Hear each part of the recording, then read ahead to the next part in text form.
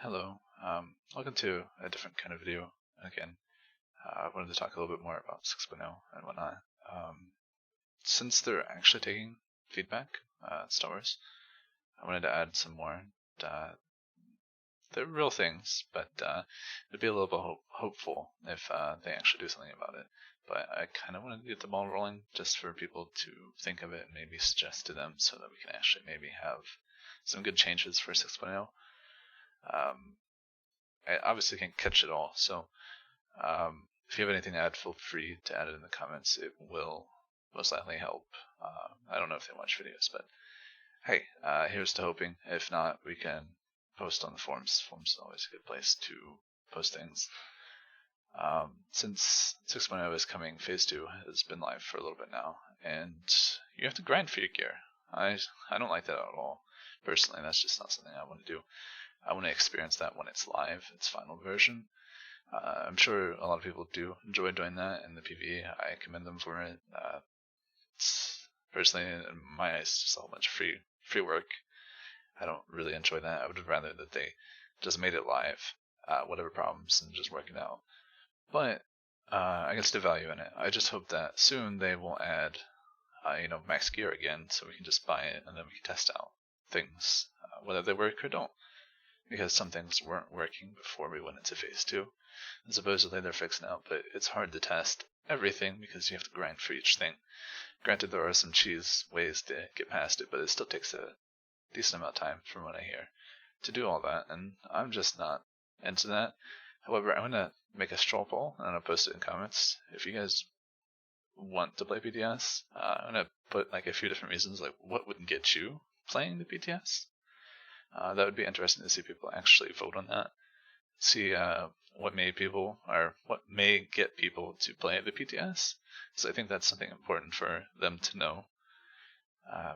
Like it would be a shame if they didn't give us free gear to test, and somebody grinds up for something and it just doesn't work.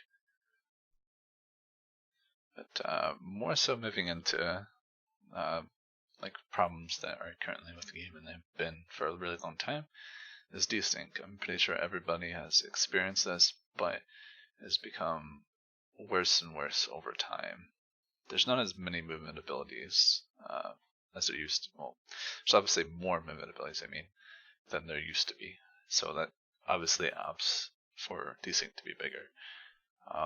Some prime examples I'll try to show. It's a lot of footage that I would have to shift to show all the examples of desync, but I'm sure any player that's played PvP has witnessed desync firsthand. So I'm counting on that here, and on top of that, for the most part, desync is prime whenever somebody goes up like a ramp. That's probably the worst time you'll ever see desync, and it will just completely take them off your screen for several seconds at a time sometimes, which is a big thing in PvP. This is something that may not ever get fixed, but I feel like they could still like combat like desync as a whole. Like I'm sure there's definitely things that they could do to optimize it, and I think everybody should at least complain about it so they know it's a problem. They need to work on it, and or make new maps that they're making to avoid like ramps and whatnot to minimize desync. That would be great. Alright, now this one's going to be a little bit different. It's also a weird one.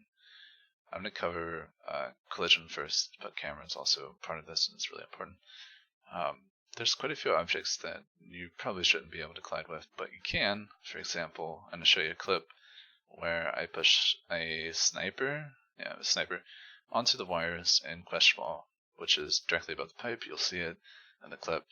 You can snipe people from both end zones up here. You can also walk on this wire, obviously if you don't fall off, but you can walk on it. And also obviously creates some desyncs. I tried to jump up there and I fall off because it was not on the wire. But anyways, the point is that there's collision here and there's no reason for it to be there. Obviously you could probably reproduce this pretty easily, mind you. It only took me 2 tries when I tried to reproduce it. It took me 1 try to do it in Warzone. So it's really not that hard to do. But it's not really that this instance is that it's game breaking. It's more so that I'm bringing it over to the point that these objects that have collision probably shouldn't. And what I mean by that is potentially these things could be causing the infamous Hollow Traverse and Phantom Stride and stuff. Obviously, this may not be true because, obviously desync's still a thing. I have a feeling that it's a mixture of desync and this at the same time, which is kind of weird overall. It's just my opinion, obviously. But sometimes when you Hollow Traverse, you get flown up in the air sometimes. Not all the time. It's kind of RNG.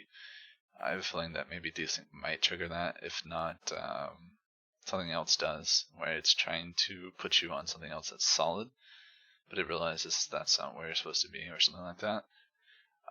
I do have clips on my channel somewhere. I also have it on my Twitch. You probably better to go to my Twitch to find it, because it's probably one of my top clips. Where you can just hollow straight up on top of the fleet, and the only reason I did that was because it was like, the levels are higher and one's lower. I'm on the lower end, they're on the higher. And just kept trying until it's RNG and finally sings me up there. Sometimes it'll sing you up there and it'll get you killed.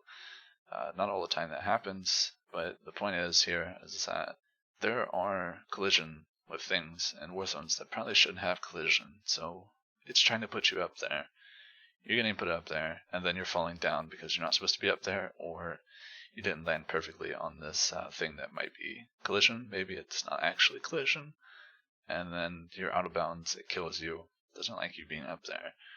Like for Rishiko, for example, it sends you flying up there, and there probably is something solid up there, but it gets you out of bounds, so it kills you. This is just an example of multiple different scenarios. As for falling through the map, I don't think this is the same scenario. Falling through the map, I think, is just desync. But this could be something worth looking at. All this collision for things that probably shouldn't have collision is definitely probably not the best ideal. And getting to my next point about the camera, some of these objects have collision that probably shouldn't have collision. Like wires, Gwesh, for example. There's also wires in All Civil War, which I'll show you a clip. And there's also walls, both Civil Wars, that will hide your nameplates. This kind of happens in every warzone if you're zoomed out. If your camera is not flat to your character's fleet, you will most likely notice this multiple times. If you're zoomed out and you're looking kind of like top down, you're always going to notice this when big objects get in the way. Your nameplates are going to disappear. Your tab target's no longer going to work. You're not going to be able to switch targets. You're not going to see who you're hitting, and you're not going to see what you're doing, really, because it's just going to block out everything. Camera pivot on or off doesn't make this any better. The only tab target that actually works during this mode is target next in cycle, or just next target. You cannot use nearest target because nobody's near you technically. You can't see anything. I don't know why this is a thing, but I hope that this could maybe be reworked or fixed, because nearest does not work half the time. There's so many times that it's targeted somebody like really far away, even though there's a person literally right in front of me. I don't quite understand how that's supposed to work, but it would be nice for it to maybe be revamped or looked at, maybe fixed. But nonetheless, this definitely affects melee players for sure, but I think it affects range players a little bit more, because it kind of lowers your kiting ability, and that's besides maybe need to tab target and get a whirlwind off, and you want to continue DPSing so you're not really losing any pressure. You could potentially run into this problem, hit tab at the same time that you ran into the problem, end up whirlwinding the target that you're hitting, and say you already had dots on him, so you just wasted your whirlwind because of that. And that's kind of irritating. That's just something we deal with when we play this game. I understand that, like, oh, this doesn't sound all that bad, but what other game have you played that has these kinds of problems? I can't think of any. I really can't. And I just feel like people need to maybe think about that. Like, there's a lot of things that we just deal with because we love the game, but there's some problems that maybe they could fix pretty easily, and I think this might be one of them. Alright, next topic I want to cover is how slows affect movement abilities like leap and roll, which to an extent kind of makes sense for like maybe lethality because you don't have anything to purge or really help you move. But at the same time, I don't know, like why does it happen? now there's an abundant amount of slows. We're noticing it more than ever. Another one that to mention as like it doesn't make sense on concealment because you have a purge. You kind of have a purge. It's not really a purge, but I guess it's like, you know, you kind of have evasion during that thing, so that should theoretically, you know, temporarily not affect that ability, at least, maybe. I don't know. But one that doesn't make any sense at all is that warriors, for example, when they hit leap, they have access to the force. So I don't understand, like, logically it doesn't make sense, especially probably nothing makes sense in Star Wars logically. But you would think that if somebody has access to the force, they could actually make it to the target. If they're going to use the force, you might as well make it to the target, right? Instead of like only making it halfway. I don't understand why it happens, why slows affect like that. But 9 times out of 10, that's what causes you to fall through the map. I'm going to show a clip where I am slowed and I jump down to somebody and I fall through the map because I was slowed.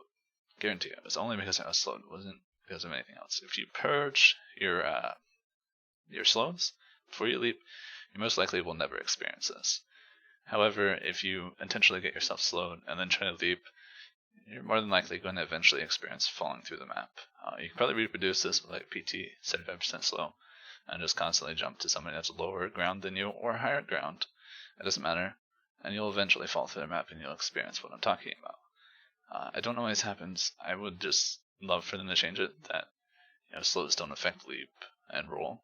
I think that would make the game a lot better, and there would be no more time wasted falling through the abyss, waiting to respawn. It's a terrible experience for me. Now, one I want to close with is matchmaking changes. They're a pretty good idea. I appreciate them. However, if a tank or a healer role leaves that said match, that team is automatically at a disadvantage because on the enemy team it's most likely that the healer and tank did not leave. So that means, you're probably going to get backfill DPS and you're not going to have a healer. They're going to have a healer, and the match is just not going to be even. And it's really unfortunate this happens. And it happens a lot. Let's say it happens probably 1,000 times a day between all the servers. And it's awful. It basically makes the matchmaking changes worse than what it was before sometimes. There's some cases where people could abuse it. Like maybe if we put limits on like how many tanks or healers you can queue with, but do away with his matchmaking system, because I don't feel like it's actually helping. Because when somebody leaves, it just ruins kind of like the entire experience. DPS obviously probably don't make much of an impact as a healer and tank. That's probably, I don't even need to say that. Obviously a good DPS might make a difference, but support probably 9 times out of 10 can cause a win. Which is very important, especially when they leave. It just kind of ruins the experience for everybody else. But I know that would probably be really hard to fix. My ideal would be maybe give us an option to queue for the maps that we want to play for, so we aren't leaving the games that we don't want to play. And maybe give us an option to not be backfilled into matches, so you're not in a loop of constantly leaving backfilled matches, because that wastes a lot of people's time. And that's all. If you enjoyed the video, please consider subscribing or leaving a like. I have many other videos like this and more to come. If you have any questions, feel free to comment as I play every class, and I'm more than happy to help. For more information, check the description. As always, thanks for watching.